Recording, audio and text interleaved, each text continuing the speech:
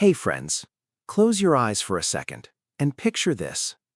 A small boy, only 10 years old, walks 5 miles to school under the hot Indian sun.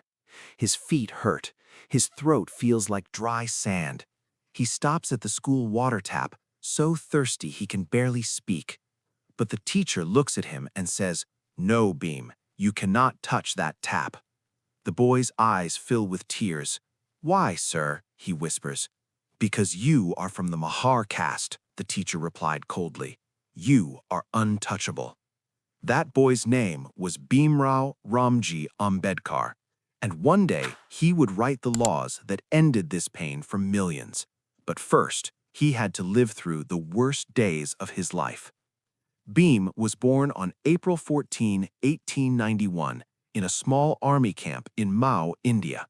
His father, Ramji, was a soldier in the British Army. His mother, Bhimabai, worked hard at home. Bhim was the 14th child in a poor family. They belonged to the Mahar caste. In those days, India had a cruel system called caste. People said some were high and some were low. Mahars were called untouchables. The family moved a lot because of the father's job. When Bhim was 5, they lived in Satara. That is where the real trouble started. Every morning, Bhim and his brother walked to school. The other children ran and played, but Bhim had to sit alone on a dirty gunny sack in the corner of the classroom. The teacher never touched his notebook. The Peon, the school helper, would not clean his place. And water? Only if a high caste person opened the tap. If the Peon was busy, Bhim stayed thirsty all day.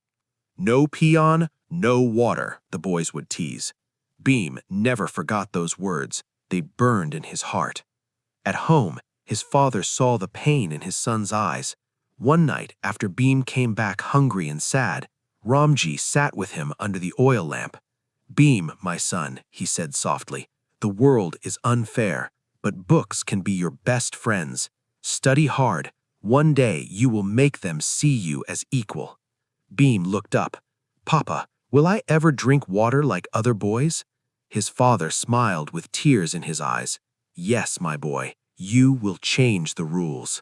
Those words gave Bhim strength. He started reading every book he could find. He borrowed old newspapers. He studied under streetlights when there was no oil at home. His teachers were surprised. Even though they ignored him, Bhim always stood first in class. But life did not get easier. When he was 14, the family moved to Bombay. Bhim joined Elphinstone High School. Again, the same pain. No one would sit next to him. No one would share food. Yet Bhim kept studying. He finished high school as one of the first boys from his caste to do so. His father was proud, but worried. "Son, higher education is expensive. We are poor." Then something wonderful happened. The king of Baroda, Satyagraha Gaikwad, heard about this brilliant boy. He gave Bhim a scholarship to study in America. Bhim could not believe it. In 1913, at the age of 23, Bhim sailed to New York. At Columbia University, he studied economics and politics. For the first time in his life, no one asked his caste. He sat in any seat he liked. He drank water from any tap. He made friends with white students. He read day and night in the big library. One evening, his American friend asked, "Bhim, why do you study so hard?" Bhim looked out the window at the bright city lights and said quietly, "Because back home, my people cannot even touch a glass of water. I want to bring them freedom." He earned 2 master's degrees and a PhD in just 3 years. Then he went to London to study law at the London School of Law. He worked 2 jobs to pay for food. He slept only 4 hours a night, but he never gave up. When he returned to India in 1917, the Baroda king gave him a good job, but the pain came back. His high caste office mates would not sit near him. They threw his files on the floor. They refused to drink water from the same pot. After just 1 month, Bhim quit. He felt broken, but he remembered his father's words. Instead of giving up, Bhim opened a small law office in Bombay. He started writing in newspapers about the pain of untouchables. He started meetings. Thousands of poor Dalit people came to listen. They called him Baba Saheb, respected father. The tension grew. Upper caste leaders did not like his voice.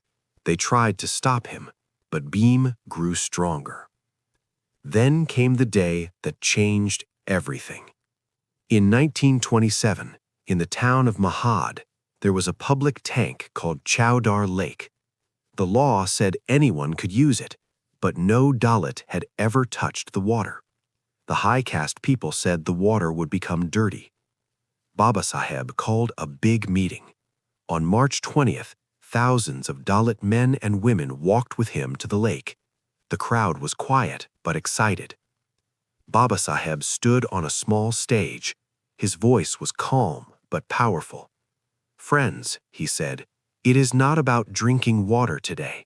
We have lived without this water for centuries. We are here to tell the world we are human beings too. We want equality. We want respect." Then, in front of everyone, Baba Saheb walked to the lake, cupped his hands, and drank the water. The crowd cheered and cried at the same time. Many touched the water for the first time in their lives. It was a small act, but it felt like freedom. That night, angry high caste people attacked the Dalits and dirtied the lake. But the spark had started. Baba Saheb did not stop. He fought in courts. He wrote books. He spoke to the British government. He met Mahatma Gandhi and argued for Dalit rights. Years passed. India was fighting for freedom from the British. Baba Saheb said, "Yes, we want freedom from the British, but we also want freedom from caste inside our own country." In 1947, India became free. The new leaders asked Baba Saheb to write the constitution, the rule book for the whole nation. He became the chairman of the drafting committee. For almost 3 years, he worked day and night. He read every constitution in the world. He listened to every voice. He put his whole life into it. On November 26, 1949, the constitution was ready. In it, Baba Saheb wrote one powerful line: "Untouchability is abolished. No more high and low. Every Indian, rich or poor, any caste, had equal rights." When the paper was signed, Baba Saheb stood quietly. Tears rolled down his face. The little boy who could not touch the school tap had just given water and dignity to every child in India. He became the first law minister of free India. He started schools and colleges for Dalit boys and girls. He fought for workers' rights. He gave women more rights in marriage and property. In 1956, feeling that the old religion still hurt his people, Baba Saheb left Hinduism and became Buddhist. 500,000 Dalits followed him in one big ceremony in Nagpur. He wanted a religion of love, not hate. 6 weeks later, on December 6, 1956, Baba Saheb passed away peacefully in Delhi. Millions cried across India, but his ideas lived on. Today, every Indian schoolchild learns about him. Statues of Baba Saheb stand in every city. His birthday, April 14th, is a national holiday. Young people still read his books and fight for justice. So what is the big lesson from the boy who changed history? No matter how small you feel, no matter how many doors close in your face, never stop learning. Education is your weapon. Kindness is your strength. And one person's courage can light up the lives of millions.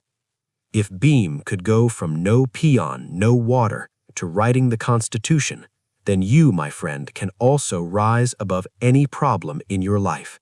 Study hard, speak up for what is right, and remember, the world needs more boys and girls like Baba Saheb Ambedkar. Thank you for listening to this story. If it touched your heart, share it with a friend who needs hope today. See you in the next 10-minute English story. Keep learning, keep growing.